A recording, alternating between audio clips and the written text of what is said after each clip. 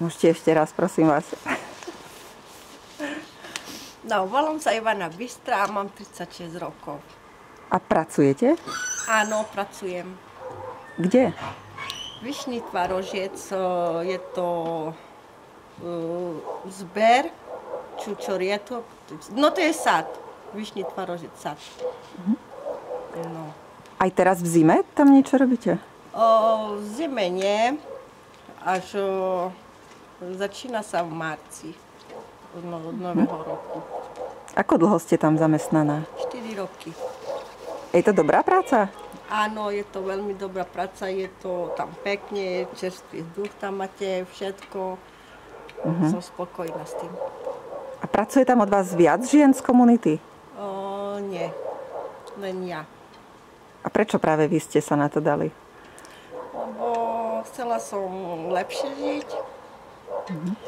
No, ale aj nie ako, no toto, čo sú doma, že len na dávkach. No, chcela som lepšie žiť, ja som si našla prácu a teraz sa mi už lepšie trošku je, že sa žije. Čo na to hovorí váš manžel napríklad? Manžel je takisto zamestnaný pri mne. Obidvaja tam pracujeme. Tak. Tiež hovorí, že je to dobré, jak sedieť doma. A predtým ste si dlho hľadali prácu? No, momentálne ja som bola len na materskej dovolenke stále a manžel pracoval. No a jak nedarilo sa nám, no bola som po materskej dovolenke, tak som si musela nájsť prácu, že by sme mali z čoho vyžiť. A na ostatných pohovoroch vás ako prijali to, že ste Rómka?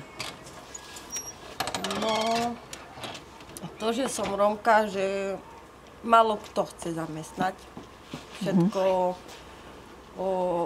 pýtajú nejaké výročné listy, školu a proste odmietajú, že rómskych už zamestnať.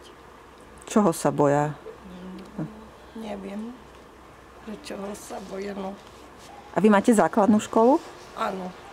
A strednú už nie? Nie. Tu vo Sverčovej je základná škola? Áno. Aj v Gabultovej je.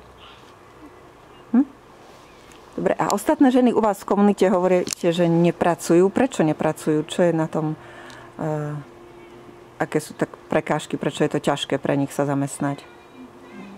No, lebo niektorí sú staršie baby, no, ktorí majú svoje choroby a ako som mu povedala, že na ktorých Rómky nechcú zamestnať, lebo potrebujú vysokú školu a no, ani my tu zatiaľ toto nemáme. A veľa žien by to chcelo pracovať, ale lenže sa im nedarí nájsť tú robotu. No. A keby bola nejaká vysnívaná práca, ktorú by ste chceli robiť, čo by to bolo? No, len to je čučoriadky, čo teraz robím. Toto, čo robíte? Áno, toto sa mi veľmi páči, lebo ste v prírode a žiadne chemikálie necítite, lebo je tu krásna príroda. Ste s manželom tam? Áno.